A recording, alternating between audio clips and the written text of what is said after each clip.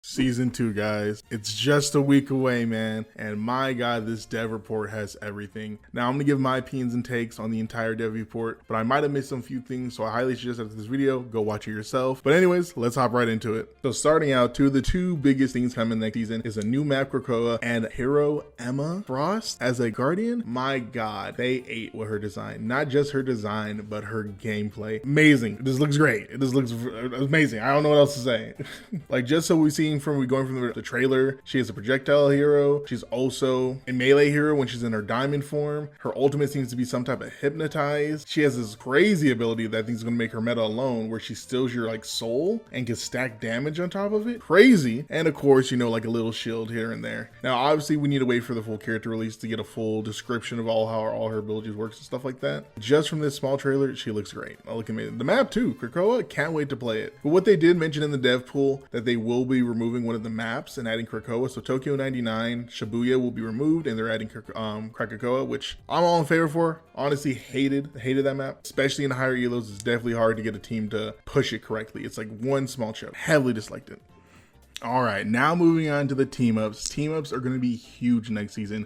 We got some changes, some people not being in the same team ups anymore, some new team ups, all around pretty crazy. We got one of my favorite team ups, Chilling Effect with Namor and his like chilling squid. That no longer exists. He got removed from that team up. Now he's on the Gamma lineup instead of Strange. Crazy. And you're thinking, where's Strange going? Strange has a new team up now with Scarlet Witch, where her projectiles, and it's like looks like a 30-second cooldown, it does damage. Scarlet Witch might be meta next season. No joke, no joke. We also got a new team up with Bucky and Captain America where they can clash and Bucky gets the ability to hop to other teammates. Looks pretty interesting. You have to see how that plays out in the game, which also means he'll be removed from the Infinite Ammo team up. So thank God a nerf to that lineup. But overall, my opinion on the changes is I'm excited. The devs on this game seem to want to keep it fresh and alive for as long as possible, and I'm so for it. They are not scared to make these crazy changes. They're actively, constantly changing something in a big way. Other games would be like, oh, we're not gonna touch this, or too many fans gotta use this. They're like, nah, we switching it up, constantly innovating, doing new things, and I love that. I love that very much.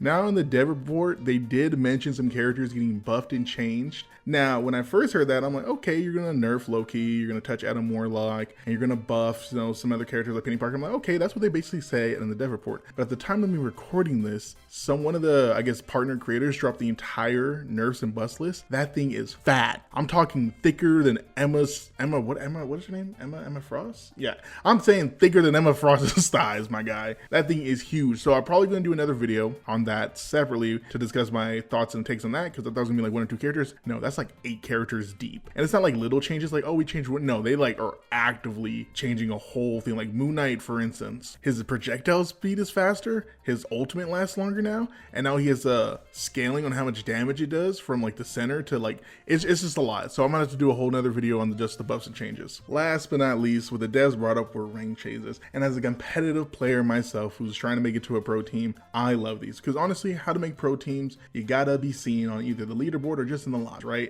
And sometimes it's just hard to perform in those lobbies because you're constantly facing higher level people who are running stack. If you don't have a stack of your own in eternity lobbies, you were just kind of screwed. Now they're making it so if you're a solo and duo, duo is like the biggest group you can have, and eternity and one above all, obviously. So for all my high level players out there, nice change. Not only that, they also said that they're going to change the way you get points. It's going to heavily depend more now on your individual performance. So if you got carried, you're going to get a little bit less points. But if you did the carrying, you get more points. Now if you lose, say you got an MVP or something, they're going to make it so you lose less points. So I'm all for that. Can't wait to see those changes. Also, at the new season, you're going to go back 9 tiers. So if you're Diamond 1, you're going to come back to like Silver 3. Also, one thing I almost forgot, they will also be introducing picks and bans in Cold 3. Now, some people are confused, and I hate a lot of takes from like higher level people who act like they know what it's like to compete in lower levels. You don't. You just smurf and you just get to a high level. Honestly, it was a feature that I feel like a lot of gold players were missing out on and they wanted to be a part of, but they really couldn't experience it. And also, too, I think it's very nice because gold was an entryway to tournaments, and this game seems to have competitive at like a core part of its identity. So funneling in more people to be more competitive earlier on, I think it's a great thing. So by the time they get into higher ranks, people were just like, oh yeah, you know, they already understand the pick and bans, and that's not kind of the surprise at the diamond level.